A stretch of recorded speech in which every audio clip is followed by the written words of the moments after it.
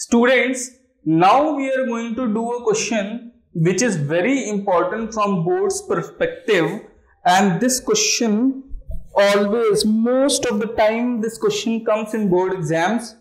हर दूसरे तीसरे साल ये क्वेश्चन आपको एग्जाम में देखने को मिल जाता है. ये क्वेश्चन है prove that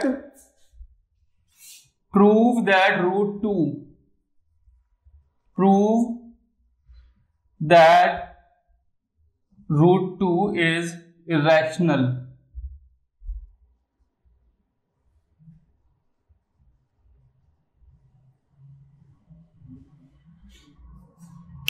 Welcome students to part 11 of this lecture, real numbers, and this time we are going to do a question which is very important from board perspective, because this question is mostly seen every second year, every third year in the exam, that prove root 2 is irrational.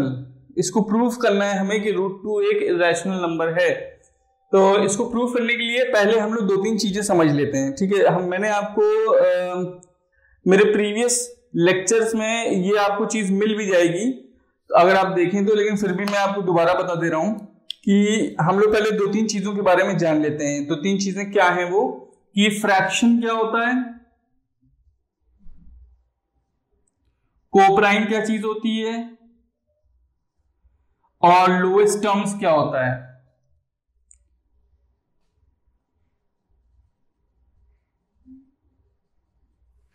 है ना, ये हम लोग देख रहे हैं fraction का lowest term क्या होता है. पहले ये इन दो तीन चीजों पे बात कर लेते हैं, इस क्वेश्चन पे आएंगे बाद में. पहले ये समझते हैं फ्रैक्शन में लोएस्ट टर्म्स का मतलब क्या है. जैसे मान लीजिए एक लिखा हुआ 24/36, क्या ये फ्रैक्शन लोएस्ट टर्म्स में है? ये फ्रैक्शन लोएस्ट टर्म्स में नहीं है, क्योंकि इन दोनों फ्रैक्शन के बीच में अभी कुछ कैंसिल हो सकता है ना. अब देखते हैं ये कैसे होगा. ये 2 से कैंसिल करोगे, ये हो जाएगा 12, ये हो जाएगा आपका 36 को कैंसिल करेंगे 18, ये फिर से कैंसिल 3 से करेंगे तो ये 4 हो जाएगा, और इसको 3 से करेंगे तो 6 हो जाएगा, फिर ये 2, ये 3 हो जाएगा, फिर फाइनली आ जाएगा 2/3. क्या अब ये फ्रैक्शन फर्दर कैंसिल हो सकता है? अब ये फ्रैक्शन फर्दर कैंसिल नहीं हो सकता है, क्योंकि इनके बीच में कुछ भी कॉमन अब नहीं बचा. तुम कह सकते हो सर इनके बीच में कॉमन 1 है, इनके बीच में कॉमन 1 है.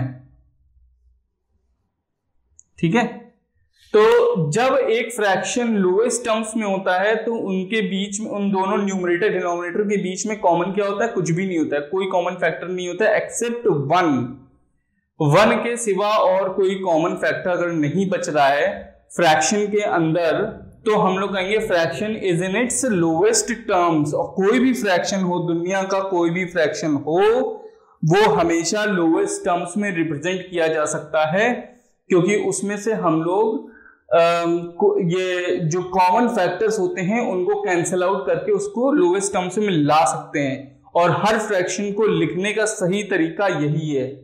फ्रैक्शन को कभी आप ऐसे लिख के नहीं छोड़ देंगे. ठीक है, फ्रैक्शन को आप उसके लोएस्ट टर्म्स में ही दिखाएंगे. ठीक, अच्छा एक चीज का और ध्यान दीजिएगा, कोई भी फ्रैक्शन हो उसमें वो पॉइंट में नहीं आ सकता नंबर. जो न्यूमरेटर और डिनोमिनेटर होगा वो दोनों होल नंबर होंगे, जिसमें नीचे होल नंबर नहीं हो सकता है. नीचे आपके जो है इंटीजर्स ही रहेंगे, 0 नीचे नहीं आ सकता, नहीं तो फ्रैक्शन क्या बन जाएगा? अनडिफाइंड हो जाएगा. ठीक है, तो जो फ्रैक्शन है उसमें ऊपर और नीचे आपके जो है इंटीजर्स रहेंगे. अभी हम लोग पॉजिटिव इंटीजर्स की ही बात करेंगे केवल इस चैप्टर में. ठीक है, इस क्वेश्चन में बात करेंगे. अब आ जाते हैं कि हम लोग ये कोप्राइम क्या होता है ये जान ले जरा. कोप्राइम, जब किन्हीं दो नंबर के बीच में कोई भी कॉमन नंबर ना हो, कुछ भी कॉमन फैक्टर ना हो एक्सेप्ट 1, केवल 1 कॉमन हो, तो उन नंबर्स को हम कहते हैं कोप्राइम. एक दूसरे के लिए प्राइम है वो. क्यों एक दूसरे के लिए प्राइम है? क्योंकि उनके बीच में कुछ भी कॉमन नहीं है. अगर उनके बीच में कुछ कॉमन होता तो वो कोप्राइम ना होते. जैसे कि देखो 4 खुद एक प्राइम नंबर नहीं है, ये कंपोजिट नंबर है, लेकिन ये 5 के साथ देखा जाए तो ये कोप्राइम है. ये दोनों कोप्राइम है, क्योंकि इन दोनों के बीच में कॉमन क्या है? कुछ भी नहीं है. अगर देखा जाए 4 और 6, तो इनके बीच में क्या कॉमन है? 2. एक फैक्टर है इन दोनों का, 2 कॉमन फैक्टर है. ठीक है, तो ये दोनों कोप्राइम नहीं है, लेकिन ये दोनों कोप्राइम है क्योंकि इनके बीच का कॉमन फैक्टर क्या है? Only 1. So co-prime numbers are those numbers which have common factor 1. Okay, अब इन दोनों चीजों को समझने के बाद हम लोग आ जाते हैं अपने क्वेश्चन पे वापस। ठीक है, तो हमने क्वेश्चन को समझ लिया है कि हमें प्रूव करना है रूट 2 इज इरैशनल। इसको हम लोग प्रूव करेंगे कॉन्ट्राडिक्शन मेथड से। कॉन्ट्राडिक्शन मेथड क्या होता है कि हम इसका उल्टा मान लेंगे। हाइपोथेसिस हमारी होगी कि रूट 2 रैशनल है, हमने उल्टा मान लिया जो ये कह रहे हैं उसका, फिर अपने आप को ही बाद में ले आके गलत प्रूफ कर देंगे कि अरे हम तो गलत थे, ये इरैशनल है, रैशनल नहीं है। जो हमने सोचा था कि ये रैशनल है तो वो है ही नहीं रैशनल, तो वो क्या होगा, अपने आप इरैशनल ही होगा। तो इस तरीके से इस क्वेश्चन को करेंगे हम लोग by contradiction method. Let root 2 is rational, then root 2 is equal to p by q, where q is not equal to 0 and p comma q are co-primes, means only one is common factor between them. ये लिखना important है हमारे लिए और आपके लिए ये समझना इंपॉर्टेंट है कि P by Q की डेफिनेशन क्या है, P और Q क्या है, ये आपके लिए समझना बहुत जरूरी है कि P and Q are coprime numbers because they are in lowest terms, they are fraction, they are in lowest terms and when they are in lowest terms then the only common factor between them will be 1। Okay, तो अब हम लोग आगे बढ़ते हैं और लिखते हैं स्क्वायरिंग ऑन बोथ साइड। ठीक है, तो हम लोग को मिल जाएगा root 2 square is equal to p square upon q square. इससे हम लोग को मिल जाएगा 2q square is equal to p square. इससे हम लोग को मिल जाएगा q square is equal to p square upon 2। ठीक है, अब इसको यहीं पे छोड़ देते हैं और थोड़ा सा हम लोग जो है अब एक दूसरी नई चीज के बारे में बात करेंगे कि पी ओ क्यू क्या थे। मैंने बताया था ना आपको, पी ओ क्यू आपके जो है नेचुरल नंबर, इंटीजर्स हैं, होल नंबर हो सकते हैं। ठीक है, तो इसका मतलब क्या है, इस साइड पे क्या है, एक होल नंबर है या एक इंटीजर, पॉजिटिव इंटीजर है, या आप मान लीजिए एक, समझ लीजिए एक नेचुरल नंबर है, कुछ है यहाँ पे, लेकिन वो नंबर डेसिमल नंबर नहीं है। ठीक है ना, फ्रैक्शनल नहीं है वो, क्योंकि यहाँ पे एक नंबर है जो 2, 3, 4, 5 कुछ इस टाइप का है। तो इसका मतलब इधर भी वही चीज होनी चाहिए। इक्वालिटी का मतलब क्या होता है, अगर इधर जो है टाइम लिखा है तो इधर भी टाइम होना चाहिए। टाइम इक्वल टू वेट नहीं हो सकता। अगर इधर एक होल नंबर है तो इधर भी एक होल नंबर होना चाहिए। तो ये होल नंबर तभी बनेगा जब 2 जो है पी स्क्वायर को डिवाइड कर लेगा। 2 को पी स्क्वायर को डिवाइड करना पड़ेगा। अगर 2 पी स्क्वायर को डिवाइड नहीं कर पा रहा है, मान लो पी स्क्वायर है 9, पी स्क्वायर की वैल्यू है 9, तो 9/2 क्या हो जाएगा 4.5। तो क्यू स्क्वायर की वैल्यू आ जाएगी 4.5 और क्यू डेफिनेशन के हिसाब से क्या एक होल नंबर है तो वो पॉइंट में हो नहीं सकता। इसका मतलब पी स्क्वायर को 2 डिवाइड करेगा, जरूरी है करना। ठीक है, according to the definition of fraction. ठीक है, तो it means 2 will divide p square. अच्छा, अगर कोई नंबर किसी नंबर के स्क्वायर को डिवाइड करता है तो वो नंबर उस नंबर को भी डिवाइड कर लेता है। इसके ऊपर भी एक थ्योरम है, वो मैं आपको आगे आने वाले लेक्चर में वो थ्योरम भी प्रूव करा दूंगा। कहने का मतलब ये है कि अगर 2 8 के स्क्वायर को डिवाइड कर रहा है तो 2 8 को भी डिवाइड करेगा, है ना, ये है कहने का मतलब। तो इस चीज को यहां पे देखते हैं। It means 2 will divide P square, so 2 will divide p also, वो p को भी डिवाइड करेगा। अच्छा, अगर 2 p को डिवाइड कर रहा है तो इसका मतलब क्या हुआ, इसका मतलब ये हुआ कि p के अंदर 2 है तो वो कटा जा रहा है, 2 p के अंदर है। ठीक है, अगर p के अंदर 2 नहीं होगा तो वो कटेगा ही नहीं। इसका मतलब p एक इवन नंबर है जो 2 से बना है। जैसे p क्या हो सकता है, p4 हो सकता है, 6 हो सकता है, 8 हो सकता है, 10 हो सकता है, p ये सब कुछ भी हो सकता है क्योंकि इन सारे नंबर को 2 डिवाइड कर लेगा। ठीक है, तो p जो है वो कुछ इन नंबर्स के तरीके का है, मतलब 2 टाइम्स समथिंग इस टाइप का है p। ठीक है, सो वी कैन राइट, इसको थोड़ा समझिएगा, ये टिपिकल है, समझने में थोड़ा आपको दिक्कत आ सकती है पहली बार में, कई बार समझेंगे तो आपको समझ में आएगा। कहने का मतलब ये है कि अगर 2 p को डिवाइड कर ले रहा है तो p will be of the form, so p will be of the form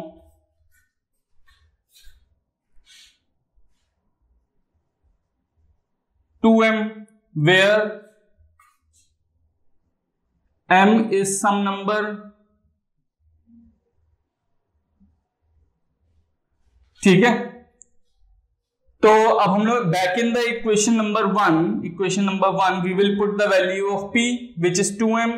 so हमें मिल जाएगा q square is equal to 2m का square upon 2 which will give us q square is equal to 4m square upon 2 which will give us q square is equal to 2m square which will give us q square upon 2 is equal to m square। अच्छा, अब m क्या था, m भी एक whole number था, m भी एक ऐसा नंबर था जो पॉइंट में नहीं था, तो इसका मतलब है 2 q को भी डिवाइड, q स्क्वायर को डिवाइड करेगा। It means 2 must divide q square। It means 2 must divide q। It means 2 is common factor between p and q। देखो 2 जो है वो p को भी डिवाइड कर रहा है और 2 जो है वो q को भी डिवाइड कर रहा है, तो p और q दोनों को 2 डिवाइड किए ले रहा है। इसका मतलब इसका मतलब 2 is the common factor between p and q। लेकिन according to the definition of fraction only 1 is the common factor between p and q। अगर ये एक प्रॉपर फ्रैक्शन है, मतलब ये एक फ्रैक्शन है हमारे हिसाब से रैशनल नंबर है, तो इनके बीच में लोएस्ट टर्म्स में आने के बाद केवल 1 कॉमन फैक्टर रहना चाहिए। लेकिन यहाँ पे तो हमारे पास तो कॉमन फैक्टर के फॉर्म में 2 भी आ रहा है। इसका मतलब क्या हुआ, it means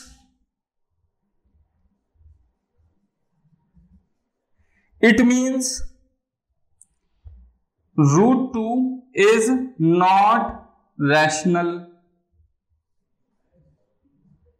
as our assumption is wrong that √2 is rational, so it becomes irrational, hence √2 is irrational। अच्छा, अब ये जो स्टेटमेंट है, इस स्टेटमेंट को आप ध्यान से सुनिए, जगह का मैं इसलिए लिखा नहीं मैंने पूरा, लेकिन अगर हम कहेंगे तो आप किस तरीके से इसको समझेंगे। It means 2 must divide q square, 2 must divide q, 2 is common factor between p and q, but according to the definition of a rational number only 1 can be common factor between p and q because p and q are co-primes। That's why 2 cannot be a common factor, but here in the question, here in the solution, 2 is a common factor between p and q, hence p and q is not a rational number, hence this is not, hence this thing is not rational, hence this thing is not rational, it means this thing is irrational।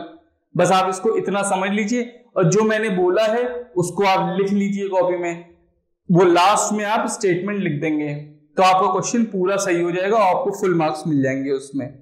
ठीक है,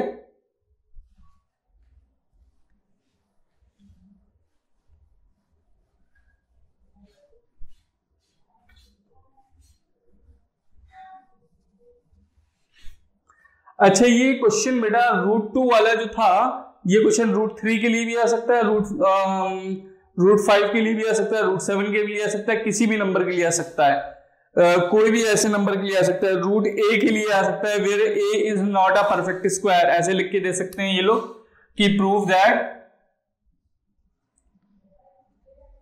√a is rational, irrational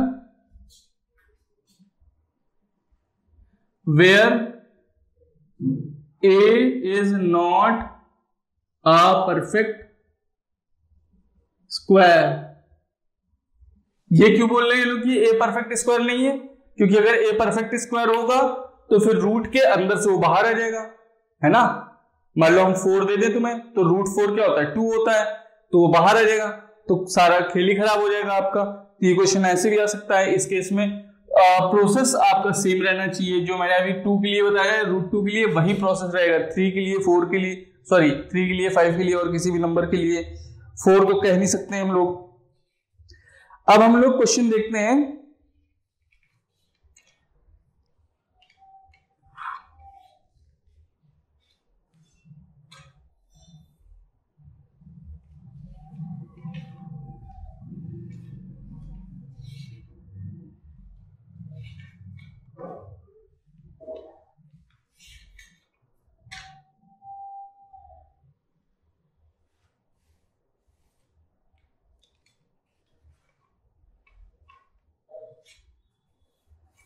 अब हम लोग question बेटा एक और देखते हैं, जिसमें हम लोग को ये प्रूव करना है कि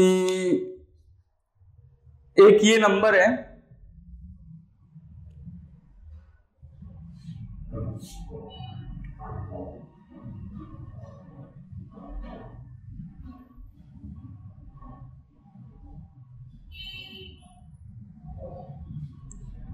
now students in this question we have to prove that 5 plus 3 √2 is irrational।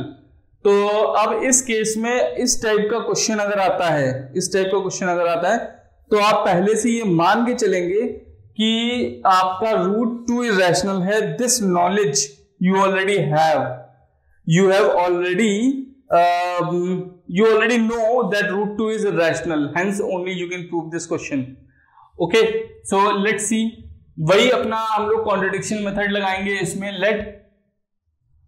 Late 5 plus 3 √2 is rational।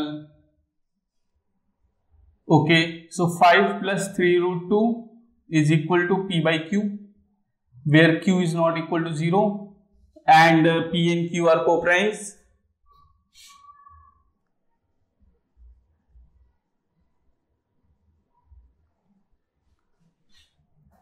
Now ऐसा करते हैं कि हम लोग यहां से √2 को जो है थोड़ा आइसोलेट करेंगे, एक साइड में √2 रखेंगे, बाकी सारी चीजें दूसरी साइड रखेंगे।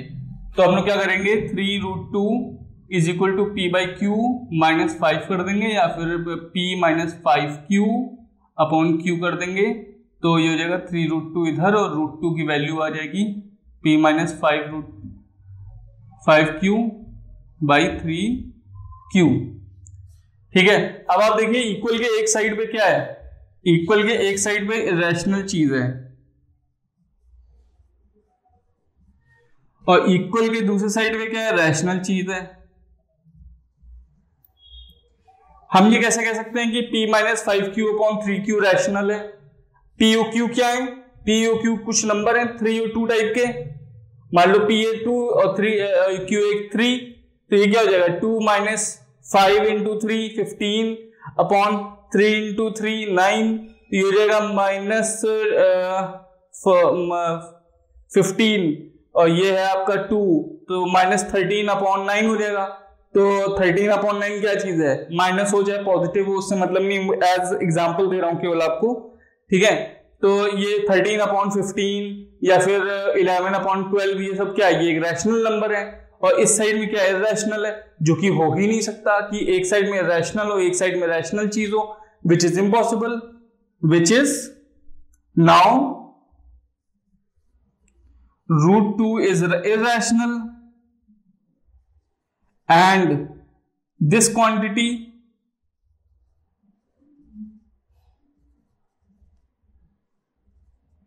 is rational which is not possible. So our assumption is wrong that this number is rational, hence this is irrational. इतना आप लिख देंगे स्टेटमेंट, आपका ये क्वेश्चन भी पूरा हो जाएगा। ठीक है,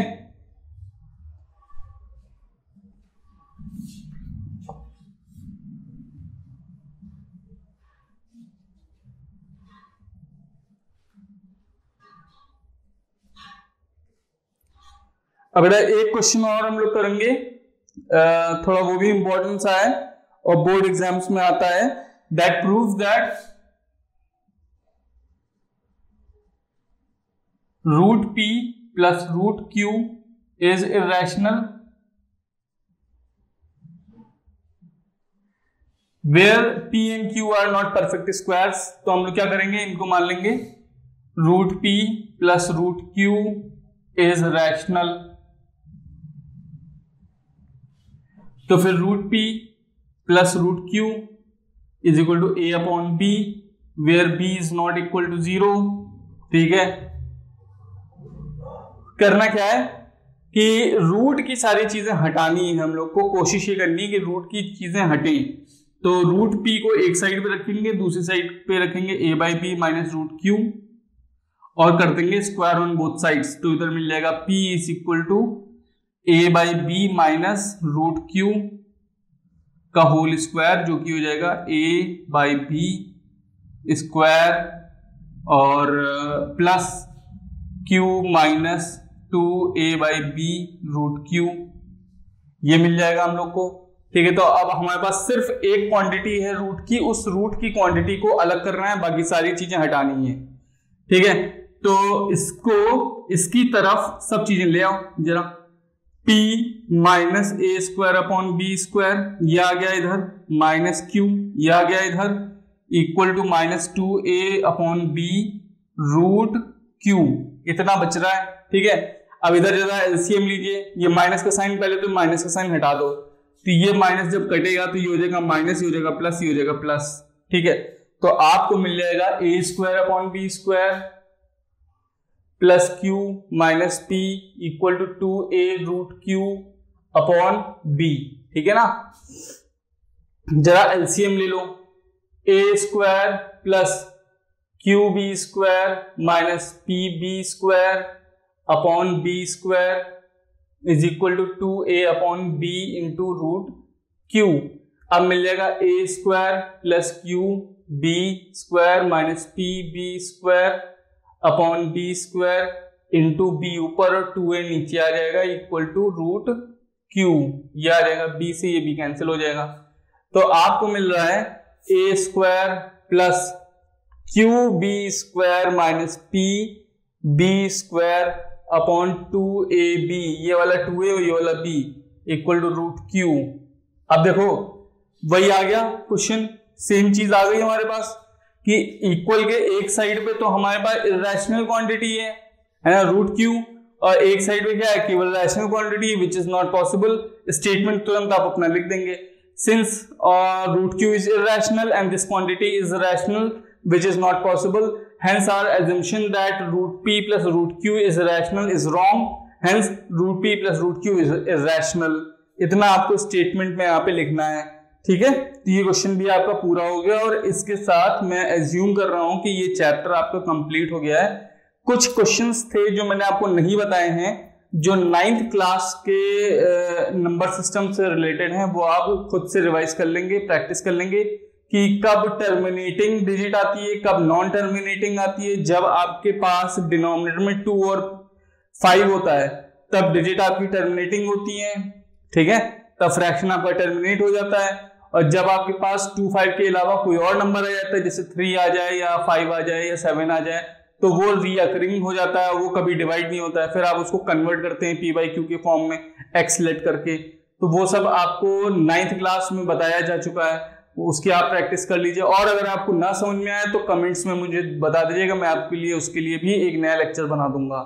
ठीक है, Till then, take all the notes and complete the chapter. We will be starting a new chapter from now.